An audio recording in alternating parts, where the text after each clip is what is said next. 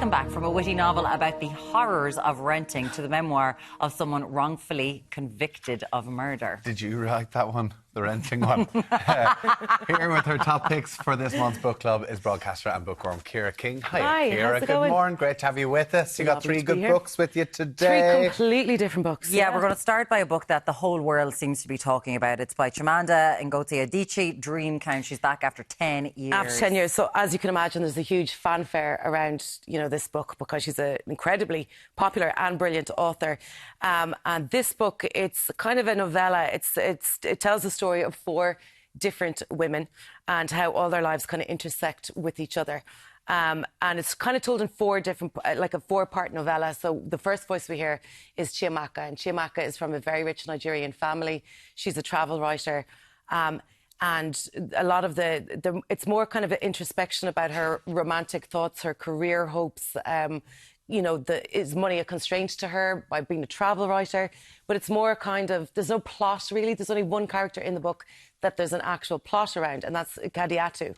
And she is a Muslim Guinean woman who kind of interacts with the different characters when she becomes the caretaker and the housekeeper of Chiamaka's home. And her story is most interesting because you get a real backstory of her life and her childhood in Africa. And then obviously she comes to America and she becomes a low-paid service industry, person. And actually Adichie, which is interesting, based the character of this Guinean service worker on the real-life Guinean service worker who successfully sued Dominic Strauss-Kahn, who's the head of the IMF, for sexual assault back in the day.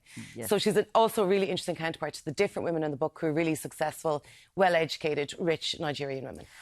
Is it set in America? It's set in America, bar Kadiatu's story, where you get a little bit of the backstory to her childhood in Africa. But I will say, when I started the book, Chiamaka brings you straight back to the pandemic. And she starts writing about being in the pandemic and talking to people on Zoom and whatnot. And I found it really hard to get into because it was literally the first, couple of chapters of the book. And I was like, this is too soon for me to be reading about people's experiences of the pandemic. Maybe come back to me in about 15 years. Yeah.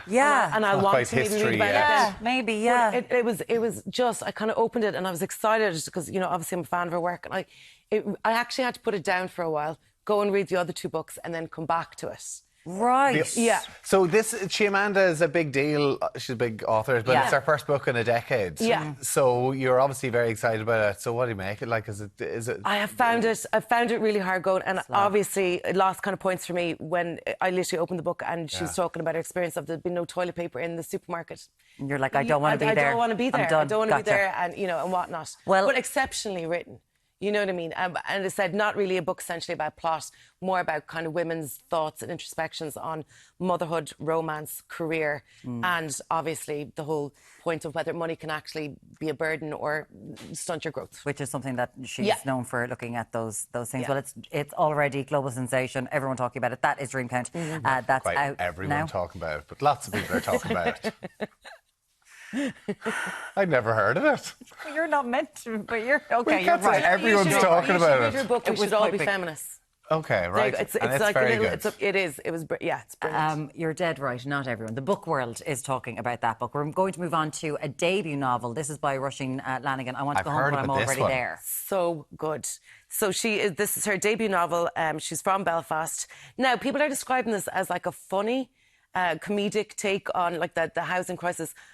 There's some definitely wry Belfast humour throughout it, but it's actually a very serious book, and it's a dark book in its elements. You've got Anya, and Anya has to move in with her boyfriend because her best friend is moving in with her boyfriend in a houseboat in London, which is all the rage in London because people maybe can afford to buy a houseboat and not rent. And they find this flat, which is under the asking price in this really gorgeous part of London, and she is immediately suspicious because that is not like the reality of the current renting situation. And herself and Elliot move into this apartment, and soon there's mould, there's damp, there's darkness. She's sick. She starts hearing things. She starts seeing things. There's a supernatural element to it.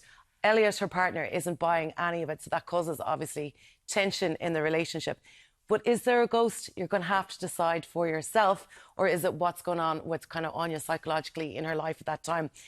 What's picked up on as well, herself and her best friend Laura, they've fallen out. So there's a friendship breakup, which people don't really talk about, how serious and how damaging a friendship breakup is, because those friendships are usually formed are really kind of, they're intimate. And they're really formed at a defining, point of people's lives. And then you've got the romantic element as well. And then you've got the ghost of the landlord in the middle of all of this.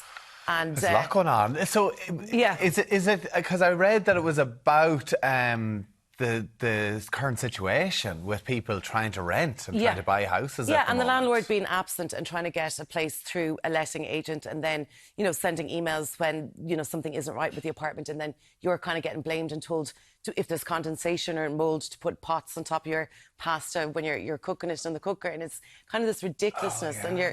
And Anya's also working from home as well, so she is in the flat and it is consuming her and her life. And she's online and she's looking out at other people's lives, and she thinks that her life should have moved on. Yeah. And again, you've got the relationship between herself and Elliot. It is so brilliantly written. I have to say, hats off to Roisin. I read it in a day. I didn't want to put it down. Right. Yeah, congratulations to her, because that is for a debut novel as well. That's a stunning debut novel. Fantastic. Yeah. So that is I Want to Go Home, But I'm Already There. That's a debut novel by Roisin. Great title too, isn't Lanigan. It is an absolutely great title. Interesting how people who feel they should have moved on have this anger get it. With where they live. Yeah. You actually have a resentment to your house because you're like, I've got 3 kids and I'm in a what's wrong? Absolutely. The title, I Want to Go Home, But I'm Already There. Yeah. Meaning what? I guess you want to go home to somewhere where you actually feel at home, as opposed to like spending all your money on rent to a landlord that you've never met. Right. Okay. And that is currently what's going on. Now, this book is set in London. It's not set in Ireland, but like there is similarities. Let's move on to Amanda Knox. Amanda Knox, a person that we all know involved. Her name comes up with the murder of Meredith Kercher in Italy a few years ago. This is her book, Free. This is her second memoir, Free.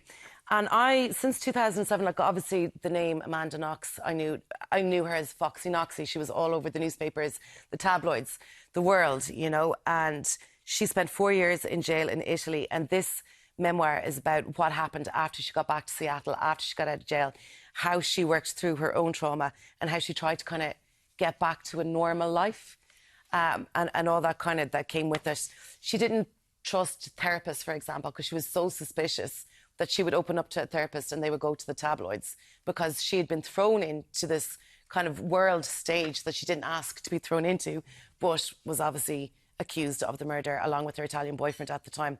It's very interesting. She talks about how she dealt with the different documentaries that were made about her, about the different TV series that were just kind of ridiculous, in their presentation of what had actually happened.